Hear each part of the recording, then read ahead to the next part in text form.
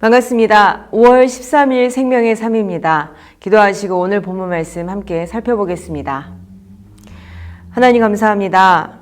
오늘 하루도 하나님께서 은혜를 베푸셔서 이 하루를 맞이하게 하시고 또한 오늘의 모든 시간들을 주님께서 누리게 하심을 감사드립니다. 또한 이 시간 생명의 삶을 듣게 하시어 하나님의 귀한 음성을 듣게 하시니 또한 감사합니다. 하나님, 이 시간 마음을 열어 주의 음성을 듣길 바랍니다. 하나님의 귀한 말씀이 선포될 때 우리의 마음에 그 말씀이 온전히 심겨져 내 삶을 움직이는 귀한 살아있는 하나님의 말씀 될 수 있도록 우리를 주장하여 주시옵소서. 이 말씀을 듣는 각 자리에 있는 모든 심령들에게 하나님께서 귀하게 함께 해주실 것을 아버지 믿고 바라오며 살아계신 주 예수 그리스도의 이름으로 기도드립니다.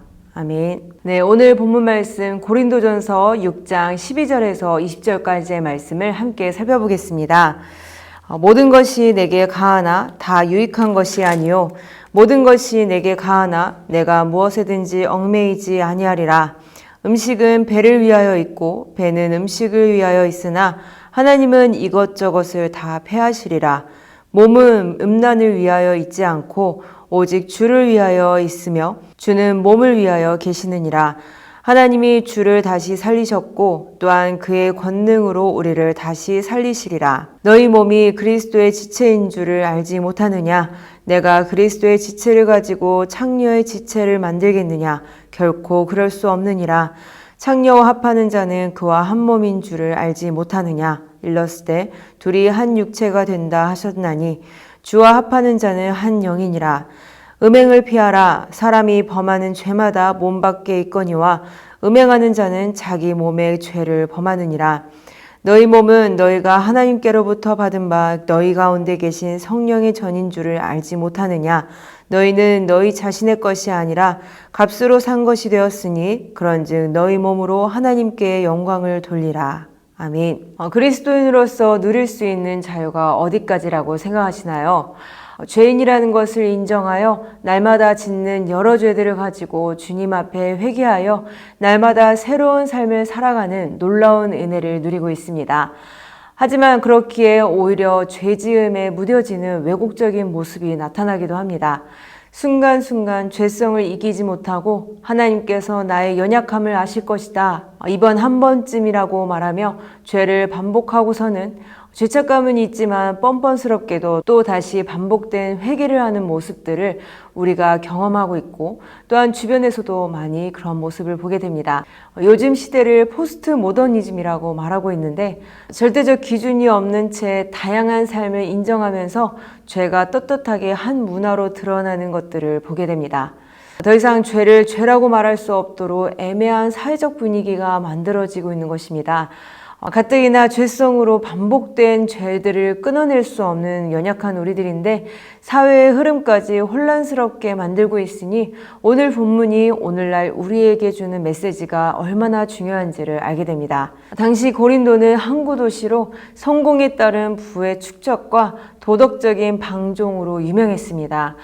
고대 그리스 로마 세계에서는 고린도를 도덕적 타락의 표본으로 여겼습니다. 철학자 플라톤은 창녀를 지칭할 때 고린도 소녀라는 표현을 사용했었고 아테네의 시인이자 작가인 아리스토파네스는 간통의 일을 고린도 사람처럼 행하는 것이라고 이렇게 표현했습니다.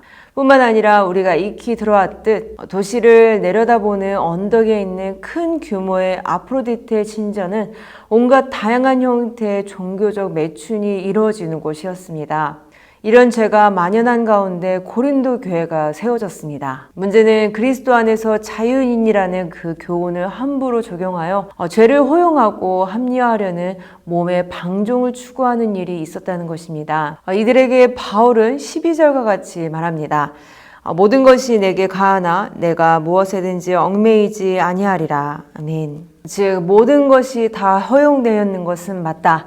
그렇다고 모든 것들이 유익한 것은 아니니 이런 것들에 매이지 않는 자유를 누릴 것이다. 바울은 말합니다.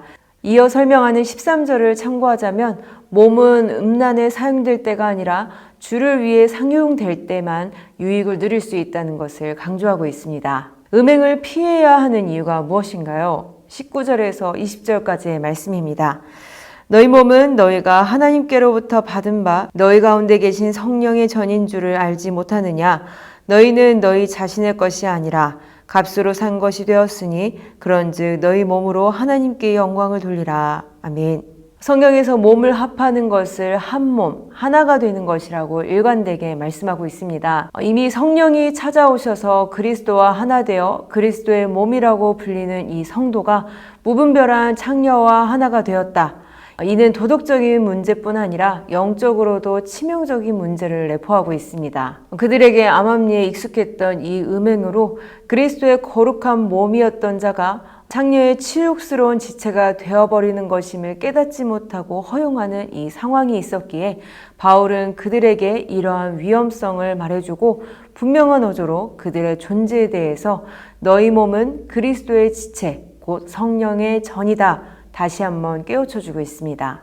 이런 극단적인 사례뿐 아니라 모든 삶의 영역에 있어서 동일한 원리가 적용될 수 있습니다. 음행의 여러 가지 의미들을 살펴본다면 결국 하나님의 뜻과 하나 되지 않은 채 세상의 원리를 마음에 합하여 자신의 몸을 주장하는 건 역시 같은 상황으로 볼 수 있습니다. 세상은 자기가 하고 싶은 대로 모든 것들을 하는 것을 자유라고 말하고 싶겠지만 그리스도의 지체인 성도 안에서 누리는 자유는 오직 하나님의 뜻, 곧 하나님께 영광이 되는 모든 일들에 제한되어 있습니다. 그럴 수밖에 없는 것은 이미 그리스도로 인하여 죄에 대해서는 이미 죽었기 때문에 그 안에서 활동할 여지가 전혀 없기 때문입니다. 이제는 그리스도의 지체, 곧 성령의 전으로서 우리가 행할 바는 오직 거룩함 뿐입니다. 언제나 하나님께만 하나 되는 순결함을 위한 모든 노력이 우리의 온전한 자유입니다. 몸을 거룩하게 관리하기 위해 내가 금할 것과 추구할 것은 무엇인가요? 이런 우리와 반대된 세상은 이 거룩한 삶을 추구하는 우리의 삶이 전혀 이해되지 못하기 때문에 끊임없이 우리를 끌어당기려고 노력할 겁니다.